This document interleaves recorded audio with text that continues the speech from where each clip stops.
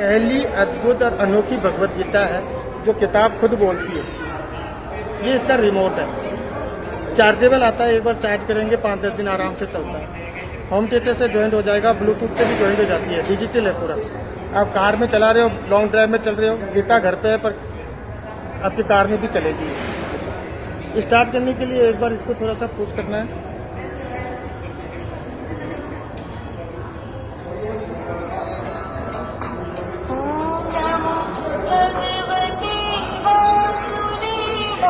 जैसा कि अपन कोई भी पूजा पाठ करते हैं तो सर्वप्रथम गणेश जी की पूजा करते हैं, तो यहाँ गणेश जी की मूर्ति है, इसको यहाँ टच करेंगे तो शंख बजेगा।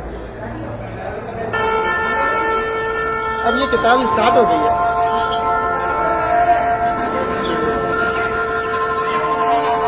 मैंने पैसा ही पन्ना निकाल लिया।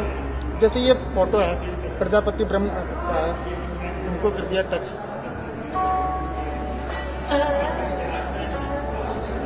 इसका म्यूजिक बैकग्राउंड। अब यहाँ पे एक वर्ड्स है सहयज्ञ, इसको टच करेंगे। सहयज्ञ, सहयज्ञ का मतलब क्या होता है हिंदी में? दोबारा टच करेंगे।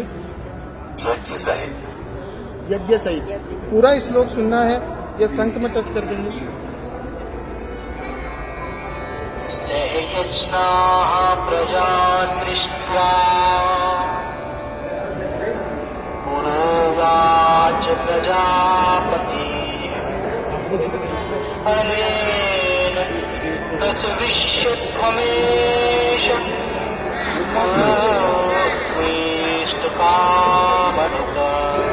ये श्लोक तो पूरा बोल दिया। इस श्लोक का भजन के रूप में भी सुन सकते हैं।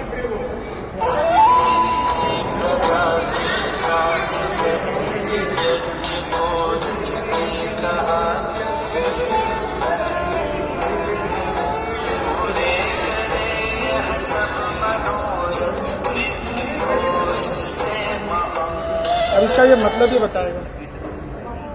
सृष्टि के आरंभ में प्रजापति ब्रह्मा ने यज्ञ सहित प्रजा की रचना कर उनसे कहा, इस यज्ञ के द्वारा तुम वृद्धि को प्राप्त करो और यह यज्ञ तुम्हारे लिए इच्छित कामनाओं को पूर्ण करने वाला होगा।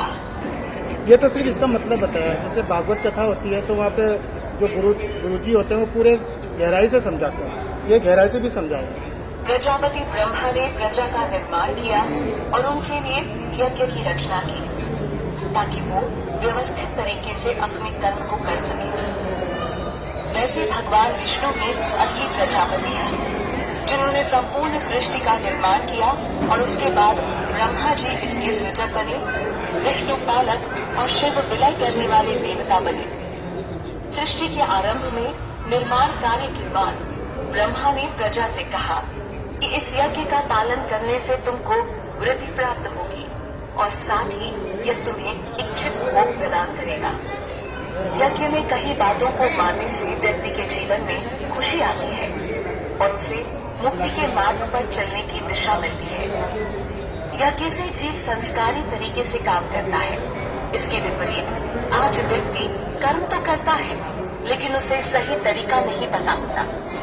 लेकिन यज्ञ में बताई बातों को मानने से व्यक्ति का कल्याण होता है, वो कर्म फल बंधन से मुक्त होता है।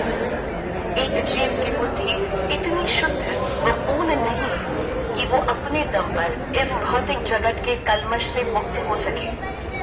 भौतिक जगत में हर कोई 3 गुणों से बंधा हुआ है, इसलिए जीव को वेद पुराणों के नियमों का पालन करना होता है। जिस मार्ग पर चल वो परमात्मा को समझ सके, बुद्धि को स्थिर कर सुख प्राप्त कर सके। यहाँ भगवान कृष्ण ने एक महत्वपूर्ण ज्ञान दिया है, लेकिन आज के समय में ऐसे अनेक जीव हैं जो मनमौजी तरीके से जीवन बिता रहे हैं, जिसके चलते उनके लिए मुक्ति संभव नहीं। लेकिन यज्ञ मार्ग पर चलकर यह संभव है। कैसे हो गया? इसको क्या हर पेज